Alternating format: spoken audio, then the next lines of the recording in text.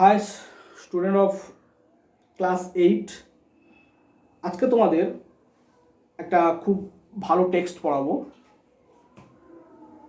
About our great leader Netaji Subhash Chandra Bose,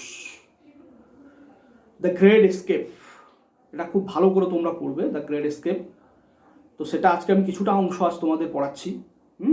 তো এভাবে তো আর পুরোটা করে একসঙ্গে পড়ানো যায় না, ছোটো ছোটো অংশ করে তোমাদের পড়িয়ে দিচ্ছি, ভালো করে বাড়িতে পড়বে।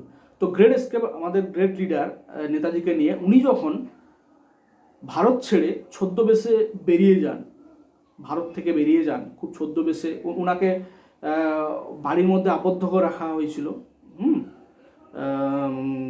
হাউস অ্যারেস্ট করে রাখা হয়েছিল, ইংরেজরা হাউস অ্যারেস্ট করে রেখেছিলেন। কিন্তু উনার মধ্যে সেই দেশপ্রেম বা ভারতকে রক্ষা করার সেই দায়িত্ব, বা ভারতকে রক্ষা করতে হবে, পরাধীনতা থেকে স্বাধীন করে নিয়ে আসতে হবে, সেই ইচ্ছেগুলো ওনার মনের মধ্যে ছিল। এবং উনি ছদ্মবেশের মাধ্যমে শিশির ওনার ভাইপো, ওনার সহযোগিতায় একসঙ্গে উনি বেরিয়ে গেছিলেন এক রাতের অন্ধকারে। ঠিক আছে, তারপরে উনি বেরিয়ে গিয়ে তারপরে উনি আজাদ হিন্দ ফৌজ বানান, তারপরে ভারতে আক্রমণ করেন, এবং তারপরে ইতিহাসটা তোমরা কিছুটা হলেও জানো। ঠিক আছে, তো উনি কি করে, এখানে কিছুটা অংশ তুলে দিয়েছে, কি করে উনি বা ওনার প্ল্যানিং, ওনার শিশিরের সঙ্গে সেই ওনার ভাইপো কি সুন্দরভাবে ওনাকে হেল্প করেছিলেন। ঠিক আছে, সেই ব্যাপারটা দ্য গ্রেট এস্কেপ। ঠিক আছে, সেই পালিয়ে যাওয়ার দৃশ্যটা বা কি করে, মানে পুরো ব্যাপারটাকে এখানে খুব সুন্দর করে লেখক সুগত বোস উনি ডিসক্রাইব করেছেন এখানে খুব সুন্দর। সুগত বোস ওনাদেরই ওই ডক্টর সুভাষচন্দ্র বোসের, ডক্টর বলছি, নেতাজি সুভাষচন্দ্র বোসের নাতি, উনি রাইটার, উনি লিখেছেন এখানে। তো সেটা আমরা এখানে খুব ভালো করে, ঠিক আছে, পড়ব।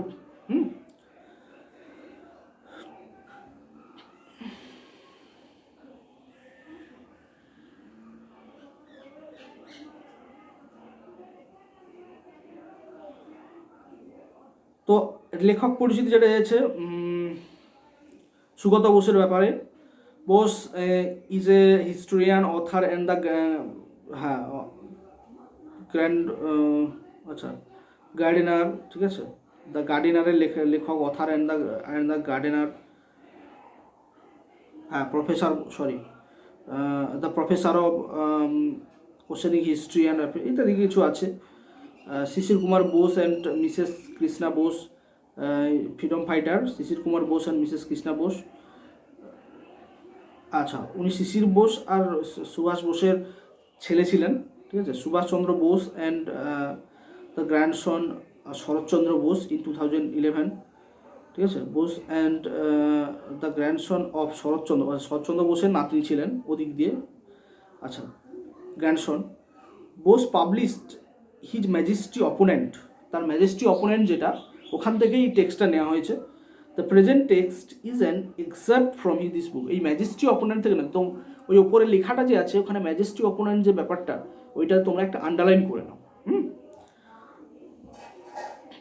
তো বইটা আমার কাছে নেই, টেক্সট বইটা, তাই আমি একটা মোবাইলে ছবি তুলেছি, তার জন্য একটু দেখতে আমার অসুবিধা হচ্ছে, তাই একটু পড়তেও অসুবিধা হবে, সেটা দেখে নাও।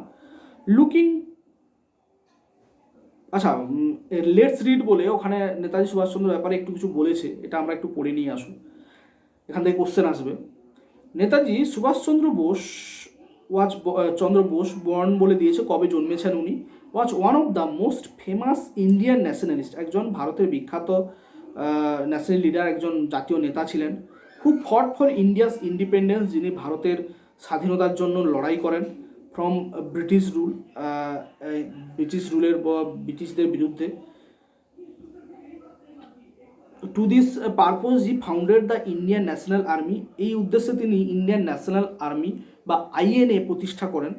Which included A women's regiment, যেখানে একটা ওমেন রেজিমেন্টও ছিল, মানে মহিলাদেরও একটা দল ছিল। ইন 1941, 1941 সালে the British government put Subhash under house arrest, 1941 সালে সুভাষকে বাড়ির মধ্যে আটকে রেখেছিলেন। That is confined him in his own house, যেটা হচ্ছে নিজের নিজস্ব বাড়ি। The following narrative describe the exciting and courageous escape of Subhash Bose. তো এই ফলোয়িং ডেসক্রিপশানটা বা এই টেক্সটটা সুভাষ বোসের পালিয়ে যাওয়ার ব্যাপার নিয়ে আমি আগে বলেছি ব্যাপারটি নিয়ে, তো নিয়ে এটা আলোচনা করা হয়েছে। From the character of the from the clutches of the British to continue his struggle for India's freedom. তো ব্রিটিশদের হাত থেকে বা ব্রিটিশদের মুঠি থেকে তিনি পালিয়ে গেছিলেন ভারতবর্ষের ফ্রিডম স্ট্রাগলটাকে বা ভারতকে স্বাধীন করার উপলক্ষে তিনি চলে গেছিলেন। এবার একটু পড়াচ্ছি ভালো করে শুন পুরো গল্পটা। লুকিং পেল অ্যান্ড থিন, প্রচণ্ড বিবর্ণ এবং ফ্যাকাসে লাগছে এবং রোগা হয়ে গেছে, সবসময় ঘরের মধ্যে আছে তাই ফ্যাকাসে এবং রোগা হয়ে গেছে। With a busy half ground beard, প্রচণ্ড ঘন হাফ গ্রাউন্ড বিয়ার্ড হয়ে গেছে, দাঁড়িয়ে গেছে। আমার মতো নয়, আমার চেয়ে অনেক বেশি হয়ে গেছে, আমার তো হালকা হয়েছে, তো প্রচণ্ডভাবে দাঁড়িয়ে হয়ে গেছে। সুভাষ ওয়াজ রিক্লিনিং অন হিজ পিলোস, সুভাষ কী করছে না তার বালিশের উপরে, ঠিক আছে, শুয়ে এদিক ওদিক মোচড় দিচ্ছে। When Sisir is nephew entered Subhash bedroom, তখন শিশির কী করলো, ওর ভাইপো যেটা বলছিলাম আগে, ওর রুমের মধ্যে প্রবেশ করল। দ্য ডিসেম্বর আফটারনুন, ওই ডিসেম্বর মাসের বিকেলবেলা। Subhash made him sit to his right on the bed, Subhash তাকে কী করলো না তার বিছানার ডান দিকে তাকে বসতে দিল, যে আমার বিছানার ডান দিকে তুমি মানে ডান দিকে বসতে দিল। লুকিং ইন্টেন্সলি অ্যাট শিশির, খুব গভীরভাবে শিশিরের দিকে সে তাকিয়ে থাকলো। He said, can you do some work for me, তুমি কি আমার জন্য কিছু করতে পারো? শিশিরকে বলছে সুভাষ, তুমি কি আমার জন্য কিছু করতে পারো? শিশির নোডেড, শিশির কি করলো তখন মাথা নাড়ল।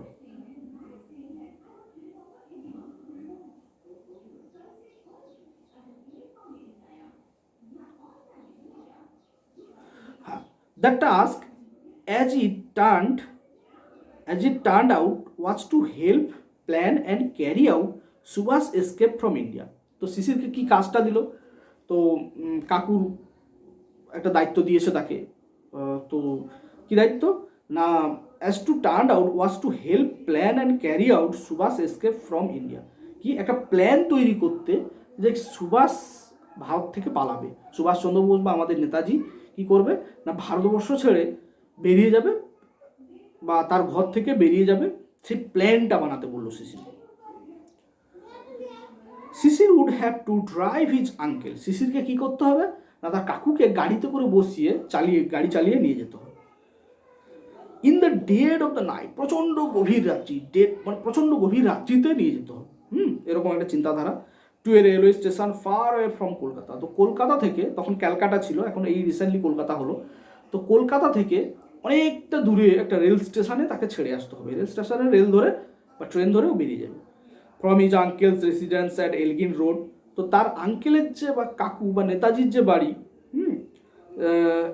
এলগিন রোডে যেটা ছিল, Sisir walked back that night to his own house, Sisir সেদিন বাড়ি ফিরে গেল তার বাড়িতে।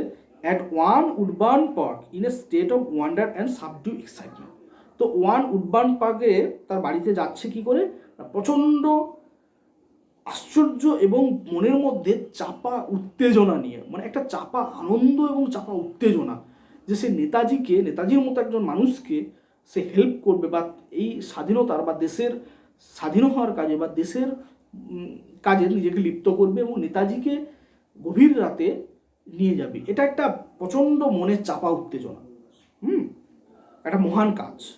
The police were keeping watch on Subhas house, আর পুলিশ কী করছিল না keeping watch on Subhas house, সুভাষের বাড়িতে কিন্তু পুলিশ, কিন্তু সুভাষের বাড়ির চারদিকে পুলিশ ছিল, সবাই লক্ষ্য রেখেছিল। Through it watch normal to nephew to visit and ailing uncle, যদিও একটা নেফিউ বা ভাইপো তার অসুস্থ কাকুকে দেখতে আসতেই পারে, সে আত্মীয় স্বজন তো আসতেই পারে, ঠিক আছে, অন্য কাউকে কিন্তু পারমিশন দিচ্ছে না, শুধুমাত্র তার নেফিউ বা তার ভাইপো বলে তাকে পারমিশন দিচ্ছে আসার জন্য।